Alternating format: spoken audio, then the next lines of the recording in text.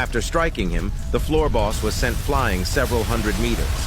I had lost my patience, and that's why I hit him, but I wondered why he flew so far. I looked at my stats and realized I had stupidly put all my points into strength. I saw him crash into the wall he flew into after I hit him. But the floor demon boss started using his rage ability, and from that moment he would be in a constant state of fury, with his attributes increased by 50%. I realized it was the same ability Cerberus, the three-headed monster, was using.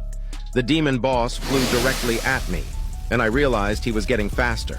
I had no time to dodge. It would be a direct hit. I called for help from my shadow soldier, Iron. He threw his large shield with all his might in my direction. I didn't think it would reach me in time, but the shield flew with such speed that it literally crossed the entire battlefield in a second. Finally, I was able to catch his shield and use it. As soon as the demon boss's blow reached me, I reacted and used the shield to block his blow from the large club. However, the explosion from the hit was overwhelming, and all the rocks began to crumble under my feet. He kept hitting me with his large club. I knew I could withstand these blows due to my strength, but I had to find a moment to counterattack. During the next attack, when he made a sweeping move, I would counterattack and try to knock him down. As I flew towards him, I realized he was also waiting for the opportunity to attack me directly. His large club was headed towards me, and while I was in the air, I realized I couldn't dodge it and could only shift my body. I thought of using the Dominator's touch abilities, and although I couldn't push him, I could use the recoil to propel myself backward. I succeeded, but it was too close. I looked at him and realized the only place I could hurt him with the dagger was his head. But it would be too dangerous to aim for his head while continuing to read his movements. I needed to slow down his grotesque movements first. I needed to create an insurmountable situation, and as soon as the building began to collapse nearby, I knew this was my chance. At that moment, I ran towards the building. The demon boss, seeing me run, started to follow, destroying everything in his path.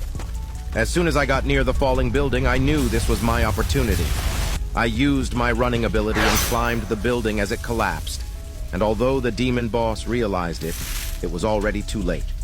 It would be hard for him to suddenly stop my speed. I jumped away from the building with my increased speed, and with a boost at high speed, I went in his direction. But he started to smile strangely, as if he knew what was going to happen next, as if he could see the future.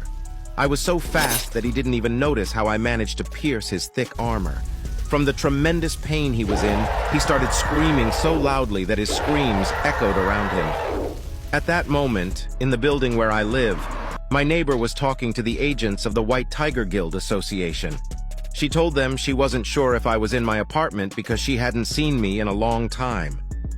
The agents were subordinates of the White Tiger Guild leader and the hunter who was with me in the red portal. They wondered where I had gone. But the girl started saying I had gone on a trip with some friends for a week.